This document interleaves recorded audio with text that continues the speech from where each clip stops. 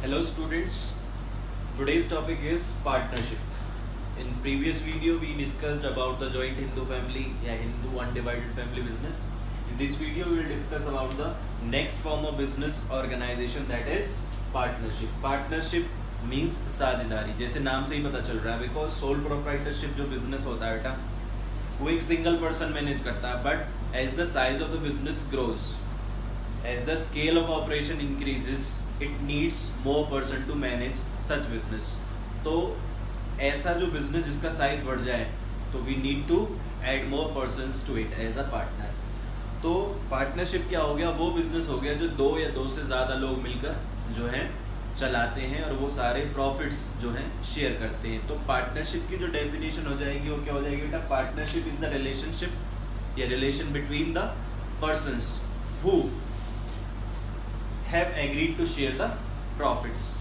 यानी कि जब दो या दो से ज़्यादा लोग मिलकर बिजनेस चलाएंगे तो पार्टनरशिप क्या होगी, उनके बीच की रिलेशन होगी, ठीक है, जिसमें वो एक एग्रीमेंट करते हैं, ठीक है, agreement to run the business, और जो भी प्रॉफिट्स होंगे वो आपस में शेयर करते हैं. अब बिजनेस में हो सकता है कि सारे पार्टनर्स एक्टिवली पार्टिसिपेट करें, सारे पार्टनर्स काम करें, या फिर on behalf of all the partners कुछ ही पार्टनर्स काम करें, वन एक्टिंग फॉर ऑल या all of them are acting for themself. तो यही डेफिनेशन है, partnership is the relation between two और more persons who have agreed to share the profits of the business carried on by all of them और any one of them acting for all.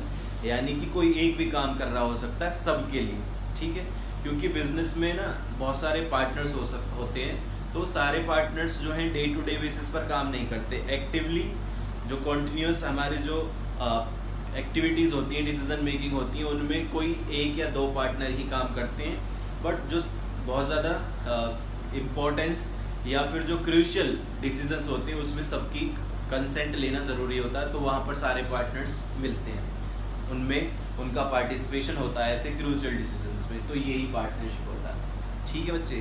तो partnership क्या हो गया, it is the relation between two और more persons, दो या दो से ज़्यादा लोगों के बीच में रिलेशंस होती हैं, who have agreed to carry out the business and share the profits of the business which is carried on by all of them और any one of them acting for all. अब बात आती है कि partnership की types कैसी कैसी हो सकती है. तो जो पार्टनरशिप को हम कैटेगराइज करते हैं ना बच्चे, दो बेसिस पर करते हैं. एक तो ड्यूरेशन यानी कि टाइम पीरियड के बेसिस पर, और दूसरा लायबिलिटी के बेसिस पर. टाइम के बेसिस पर ना जो हमारी पार्टनरशिप है वो तीन तरीके से जो है कैटेगराइज की गई है. पहला है पार्टनरशिप एट विल. विल मतलब इच्छा, वसीयत वाली विल नहीं, partnership at will. Partnership at will का मतलब ये है कि such partnership can be carried on for the time period for which all the partners are desire to continue in the partnership. यानी कि if the partners desires to continue it for long period of time they can continue, but if they want to quit from the partnership they can do so. तो partnership can automatically comes to an end when any one of the partner desired to quit the partnership. जिस दिन कोई भी एक partner firm को छोड़ेगा या partnership को छोड़ेगा उसी दिन ये पार्टनरशिप खत्म हो जाएगी. पार्टनरशिप एट विल यानी कि जब तक हमारी इच्छा है हम पार्टनरशिप में, जिस दिन हमारा मन खराब हो गया उस दिन हम पार्टनरशिप छोड़ देंगे. नेक्स्ट है फिक्स पीरियड. फिक्स पीरियड जैसे सपोज करो फॉर 5 years या फॉर 3 years, तो ये टाइम पीरियड फिक्स है. जिस दिन ये टाइम पीरियड या टाइम टेन्योर जो है वो एक्सपायर हो जाएगा, हमारी पार्टनरशिप भी ऑटोमेटिकली क्या हो जाएगी, एंड हो जाएगी. नेक्स्ट है पर्टिकुलर पार्टनरशिप. अब पर्टिकुलर पार्टनरशिप क्या हो रहा है, यानी कि the partnership which is entered into for a special और सम पर्टिकुलर कॉन्ट्रैक्ट और पर्टिकुलर प्रोजेक्ट. किसी एक प्रोजेक्ट के लिए, किसी कॉन्ट्रैक्ट के लिए हमने, कॉन्ट्रैक्ट तो नहीं कहेंगे, प्रोजेक्ट ही कहेंगे, या किसी पर्पस के लिए जो है पार्टनरशिप की है. The moment that purpose fulfilled are partnership comes to an end. For example हमने पार्टनरशिप की कि भाई एक ओवरब्रिज बनाना है. जिस दिन ओवरब्रिज बन जाएगा, कंप्लीट हो जाएगा, पार्टनरशिप खत्म हो जाएगी, क्योंकि पर्पस जिसके लिए बनी थी वो पूरा हो चुका है. तो ऐसे कोई भी प्रोजेक्ट पर काम करते हैं हम अगर पार्टनरशिप में, तो जब वो प्रोजेक्ट कंप्लीट हो जाता है पार्टनरशिप ऑटोमेटिकली खत्म हो जाती है। तो टाइम के बेसिस पर तो ये 3 तरीके की पार्टनरशिप है, partnership at will, next is fix period partnership and particular partnership. Next है लायबिलिटी। देखो बच्चे, हमने ना सोल प्रोप्राइटरशिप में पढ़ा था कि लायबिलिटी ऑफ सोल प्रोप्राइटर कैसी होती है, अनलिमिटेड होती है। अनलिमिटेड होती है, तो यहाँ पार्टनरशिप में भी लायबिलिटी अनलिमिटेड होती है। जैसे सपोज करो मैं और मेरे 2-3 फ्रेंड्स, उन्होंने मिलकर कोई बिजनेस किया, ठीक है, किसी ने 5 लाख रुपए लगाए, किसी ने 10 लाख रुपए लगाए, किसी ने 1 लाख रुपए लगाए। तो जैसा पैसा, जितना पैसा लगाया जिसने, उसके हिसाब से प्रॉफिट उनको मिलता था प्रोपोर्शनेटली।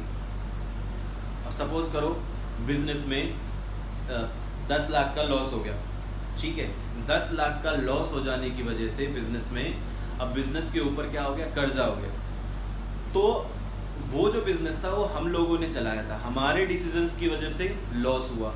तो अब उस लॉस की जो भरपाई वो कौन करेगा, कोई बाहर से आकर तो नहीं करेगा ना, हमें ही करना पड़ेगा, चाहे 10 लाख है चाहे 20 लाख है। तो हमारी लायबिलिटी अनलिमिटेड हुई, चाहे हमारे बिजनेस में उतना पैसा है या नहीं। अनलिमिटेड लायबिलिटी का मतलब बेटा ये होता है when business assets are insufficient to pay off the business debts.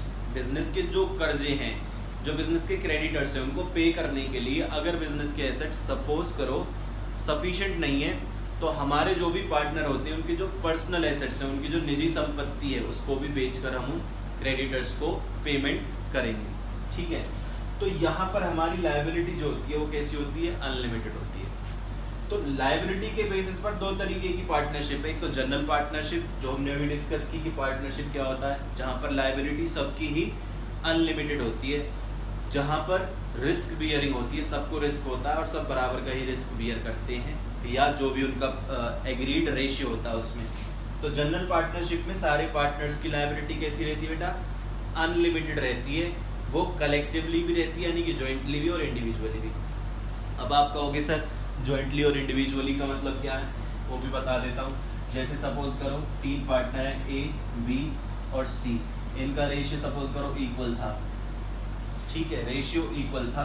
Ratio का मतलब बेटा क्या होता है, जैसे सपोज करो दिखाई दे रहा है ना यहाँ पे, ए और बी 2 पार्टनर हैं, इनका रेशियो 3:2, 3:2।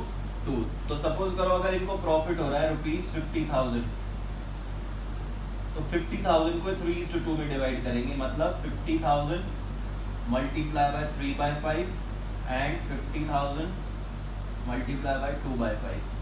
तो एक को 30,000 मिल जाएंगे और दूसरे को 20,000 मिल जाएंगे, ये प्रॉफिट के, यानी कि ए का रेशियो कितना था 3, तो उसको 30,000, बी को 20,000, ठीक है।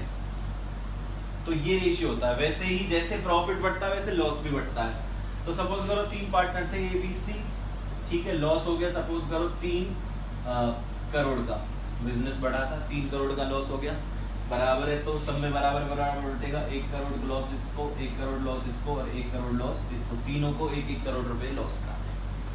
लेकिन भैया ए जो है वो तो बहुत धनी व्यक्ति, अमीर व्यक्ति है बहुत, और सी जो है वो बेचारा बिल्कुल हैंड टू माउथ। तो क्या होगा कि ए ने अपना पूरा लॉस पे कर दिया, उसके पास बहुत पैसे थे, बी ने भी ज़्यादा पैसे भी नहीं थे, ज़्यादा गरीब भी नहीं था, बराबर था, उसने अपना जैसे तैसे पटा दिया, उससे ज़्यादा वो नहीं दे सकता था। लेकिन प्रॉब्लम सी को आएगी। और सपोज करो सी के पास सिर्फ 25 लाख रुपीज़ है देने के लिए, बाकी के जो 75 लाख है वो अब कौन भरेगा। तो यहाँ पर ही क्वेश्चन आता है कि पार्टनर्स जो हैं वो जॉइंटली भी और इंडिविजुअली भी लायबल हैं। इंडिविजुअली मतलब अलग अलग, तो इनके केस में कितना आता है 1-1 करोड़, बी ने भी दे दिया, ए ने भी दे दिया, बचा सी। अब सी इंडिविजुअली खुद से तो नहीं दे पा रहा, तो they are collectively liable to pay off the business debts. तो अब बी से भी पूछा जाएगा कितने पैसे दे सकते हो, बी ने कह दिया भाई मेरे पास तो पैसे नहीं, लेकिन ए अमीर व्यक्ति है तो ए को वो पैसे देने पड़ेंगे, चाहे बाद में उससे काट ले वो अगर प्रॉफिट होता है तो। इसका मतलब होता है कलेक्टिवली, यानी कि अगर हम खुद नहीं पे कर पा रहे हैं तो हमारे पार्टनर्स अगर वो उतने कैपेबल हैं to pay off the business date तो उनको पे करने पड़ेंगे। तो ये इनकी लायबिलिटी जनरल पार्टनरशिप में कलेक्टिवली और इंडिविजुअली अनलिमिटेड होती है। ये जो नेक्स्ट फॉर्म है लिमिटेड लायबिलिटी पार्टनरशिप, ये जो लिमिटेड लायबिलिटी पार्टनरशिप है बेटा लेटेस्ट फॉर्म है पार्टनरशिप की। इसके लिए एक एक्ट है limited partnership, limited liability partnership, वैसे शॉर्ट में इसको LLP भी कहते हैं, पार्टनरशिप एक्ट 2008। ये लेटेस्ट फॉर्म है बेटा पार्टनरशिप की जो 2008 में आई थी। अब इसमें लिमिटेड वर्ड है ना, जो इसमें लायबिलिटी सबकी लिमिटेड रहती है एक्सेप्ट वन, ठीक है, एक्सेप्ट वन, एक पार्टनर को छोड़कर सबकी लायबिलिटी कैसी रहती है, लिमिटेड रहती है। तो अब सबकी लायबिलिटी लिमिटेड है, सिर्फ एक की लायबिलिटी अनलिमिटेड है, तो जिसकी लायबिलिटी अनलिमिटेड है सारे डिसीजंस वही लेगा। यानी कि जिनकी लायबिलिटी लिमिटेड है ना उनको हम स्पेशल पार्टनर भी कहते हैं या लिमिटेड पार्टनर्स भी कहते हैं। The partners who are having the limited liability have no right to participate in the management of the business. Business की मैनेजमेंट में पार्टिसिपेट करने का उनका कोई राइट नहीं होता। They have limited liability, they have right to inspect the account of the firm. Firm के जो भी अकाउंट्स है उनको इंस्पेक्ट करने का उनको राइट है, बट वो पार्टिसिपेट नहीं कर सकते। और जिसकी लायबिलिटी अनलिमिटेड होती है वही सारे डिसीजन लेता है, वही पार्टिसिपेट करता है, वही उसके पास ही सारी अथॉरिटी होती है। जिसकी लायबिलिटी लिमिटेड होती है यानी कि special partners, they can quit और leave the partnership any time, वो कभी भी पार्टनरशिप को छोड़ सकते हैं। लेकिन जिसकी लायबिलिटी अनलिमिटेड है वो पार्टनरशिप को नहीं छोड़ सकता, ठीक है। और जो हमारे ये लिमिटेड लायबिलिटी की पार्टनरशिप होती है, इनकी लायबिलिटी लिमिटेड किस एक्सटेंट तक होती है, up to the extent of amount invested by them. जितना पैसा उन्होंने लगाया उतनी उनकी लायबिलिटी है। सपोज करो अगर मैंने ऐसी LLP फॉर्म पे 1 लाख रुपए लगाया, तो अगर कभी लॉस हो जाएगा तो मेरे वो 1 लाख रुपए डूब जाएंगे, उससे ज़्यादा मेरे से कुछ नहीं मांगा जाएगा, चाहे करोड़ों में भी लॉस हो, तो मेरी लायबिलिटी उतनी है जितना मैंने पैसा लगाया। तो ये हमारी टाइप्स थे पार्टनरशिप के। Now comes to the features of partnership. सबसे पहला फॉर्मेशन। देखो जैसे सोल प्रोप्राइटरशिप बहुत ईजी था ना, फॉर्म कभी भी सेटअप कर दो, कहीं भी सेटअप कर दो, वैसे ही पार्टनरशिप भी बहुत ईजी है। लेकिन सोल प्रोप्राइटरशिप में कोई एक्ट नहीं था, कोई लॉ नहीं था, लेकिन यहाँ पर एक एक्ट है बेटा। उस एक्ट के हिसाब से, एक्ट का नाम लिख देता हूं मैं, इंडियन पार्टनरशिप एक्ट, या पार्टनरशिप एक्ट लगा लो, इसमें इंडियन लिखने की जरूरत नहीं है। Partnership act, Indian partnership act या पार्टनरशिप एक्ट 1932, 1932 पार्टनरशिप एक्ट जो है, इंडियन पार्टनरशिप एक्ट ही लिख देता हूँ। इंडियन पार्टनरशिप एक्ट 1932 जो है वो इस तरीके के बिजनेस को रेगुलेट करता है। बट जो ये हमारा फॉर्मेशन है ना पार्टनरशिप का, इसमें जैसे कंपनी का रजिस्ट्रेशन होता है इंडियन कंपनीज एक्ट 2013 में, वैसे ही पार्टनरशिप का भी रजिस्ट्रेशन होता है अंडर पार्टनरशिप एक्ट 1932। लेकिन कंपनी का रजिस्ट्रेशन करवाना कंपलसरी है, यहाँ पर ऑप्शनल है। अगर हम चाहें तो करवा सकते हैं, अगर नहीं चाहें तो नहीं भी करवा सकते, ठीक है। तो इसका फॉर्मेशन कैसा होगा बच्चे, इजी फॉर्मेशन है। रिस्क शेयरिंग है। रिस्क शेयरिंग का मतलब ये हो गया कि सारे पार्टनर्स मिलकर बिजनेस चलाते हैं, उनके बीच में कोई ना कोई रेशियो एग्रीड होता है, ठीक है। जैसे 3:2 है, 2:1 है, 5:3:2 है, जितने पार्टनर्स होंगे उस हिसाब से। लेकिन अगर ऐसा कोई रेशियो उनके बीच में एग्रीड है ही नहीं, ठीक है, उन्होंने डिसाइड ही नहीं किया, तो सबका रेशियो फिर इक्वल हो जाता है, सब बराबर के ही हिस्सेदार है। तो ये होता है हमारा रिस्क शेयरिंग। लायबिलिटी का मैं बता चुका हूँ कि they collectively and individually are liable to pay off all the business debts, यानी कि उनकी लायबिलिटी कैसी है बच्चे, अनलिमिटेड है। याद रखना पार्टनर्स की लायबिलिटी जनरल पार्टनरशिप में अनलिमिटेड होती है, लेकिन जो लिमिटेड लायबिलिटी, जैसे नाम से ही पता चल रहा है लिमिटेड, वहाँ पर एक पार्टनर को छोड़ के सबकी लिमिटेड लायबिलिटी होती है। Now decision making. अब डिसीजन मेकिंग का भी मैंने बता दिया कि सारे पार्टनर्स मिलकर बिजनेस चलाते हैं, बट ऑन रेगुलर बेसिस या कॉन्टिन्यूस बेसिस जो हमारे रूटीन डिसीजन है वो 1 या 2 पार्टनर ही लेते हैं, जिनको हम एक्टिव पार्टनर भी कहते हैं। बाकी के जो पार्टनर हैं वो सिर्फ जब हम कोई क्रूशियल या इम्पोर्टेंट डिसीजन लेंगे तब आते हैं, अदरवाइज वो घर ही रहते हैं, ठीक है। उन्हें ज़्यादा वो पार्टिसिपेट करते नहीं है बिजनेस में।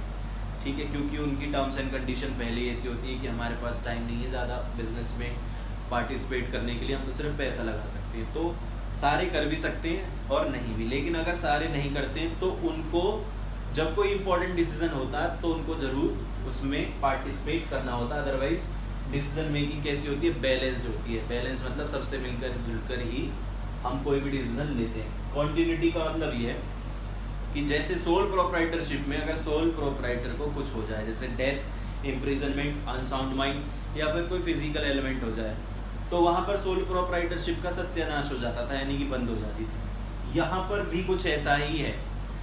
मान लो अगर एक पार्टनर रिटायरमेंट लेना चाहता है या उसकी डेथ हो जाती है या वो अनसाउंड माइंड का हो जाता है, तो हमारी जो पार्टनरशिप है वो ऑटोमेटिकली ख़त्म हो जाती है। लेकिन जो पार्टनर रिटायर हो रहा है या जिसके साथ कुछ गड़बड़ हुई है, उसे छोड़कर अगर बाकी के जो रिमेनिंग पार्टनर्स है, if they desire to continue the partnership they can do so, but उसके लिए उनको दो काम करने होंगे। एक तो जो पार्टनर जा रहा है उसका सारा जो भी बैलेंस है वो पे करना होगा, दूसरा उनको एक नया एग्रीमेंट बनाना होगा, उसके हिसाब से वो फिर आगे कंटिन्यू कर सकते हैं।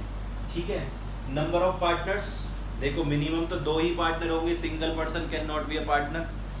2 पार्टनर होना जरूरी है मिनिमम। और मैक्सिमम की लिमिट इस एक्ट में तो कहीं भी लिखी नहीं है, इंडियन पार्टनरशिप एक्ट में कहीं भी मैक्सिमम की लिमिट नहीं है, लेकिन कंपनीज एक्ट 2013 में ये लिमिट बता रखी है। वहां पर उन्होंने कहा है कि मैक्सिमम पार्टनर 200 हो सकते हैं, 200। बट एक और चीज है कि 2014 में कंपनीज रूल आए, कंपनीज रूल 2014, उसमें रूल नंबर 10 में लिखा हुआ है कि मैक्सिमम पार्टनर सिर्फ 50 हो सकते हैं, 50। ठीक है, तो याद रखना हमेशा जो हमारा कंपनीज एक्ट है,